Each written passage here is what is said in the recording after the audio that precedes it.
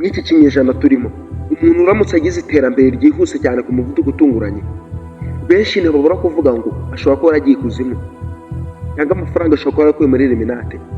Iyi Illuminati ni bwoko ki? Iri ni ijambo cy'abantu bakunze gusubiramo kenshi. Njye ndi Honore, iyi ni imenya byimbitse. Ka tuvuga ko uyu muryango wa Illuminati ubundi umuryango watangijwe n'abagabo batanu itariki ya mbere ukwezi kwa gatanu 1776. Ari ahahoze hari mu bwami bita Bavaria, ari mu gihugu cy'Ubudage. Abari abagabo batanu ariko basa nk'aho bayobowe n'undi mugabo umwe wazanye itekerezo kubareza bose, bamwitaga Adam Weishaupt, ariko mu Kidage bakunze kuvuga ngo Adam Weishaupt. Uyu mugabo yari umunyamategeko akaba umufayilizofa cyane, umwe muri bo bagabo bafite ibitekerezo bireze iby'abandi. Yaraje arihuza n'abo bagabo bose bafite ibitekerezo birimo kuba bagira isi imwe ikagira itegeko rimwe, isi itagira amadini, isi itagira imipaka, ndetse isi itagira n'igihugu kimwe na kimwe cyose kibaho. Gusa mu buryo bw'amadini ibi ngibi mu buryo bw'abakamana bivugwa nk'aho ari Antikristo. Antikristo niyo bivugwa ko izaza iyobora isi mu buryo bumwe, nta kindi kintu na kimwe gitandukanye n'ikindi, byose bitwarwa mu itegeko rimwe. Gusa umuryango ubusanzwe usanga uramo n'abantu batekereza cyane b'abanyabwenge ndetse n'abakire, kandi abagabo bazanye uyu muryango bo bara nk'aho bashaka ko bawugira umuryango w'ibanga utamenyekana. Ariko ibi ngibi koko ntibyabuze kumenyekana.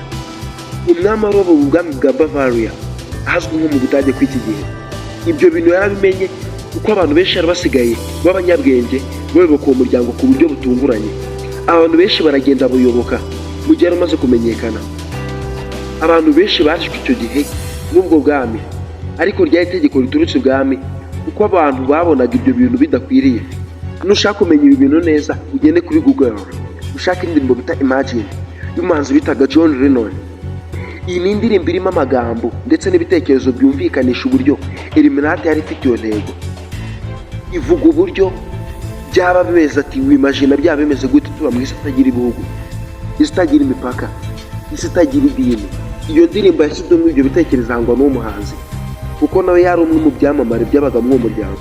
Gusa kuko aba ni abagabo badasanzwe, urebye uburyo bafata abantu b'ibyamamare cyane cyane bakabakoresha nk'ibikoresho byabo.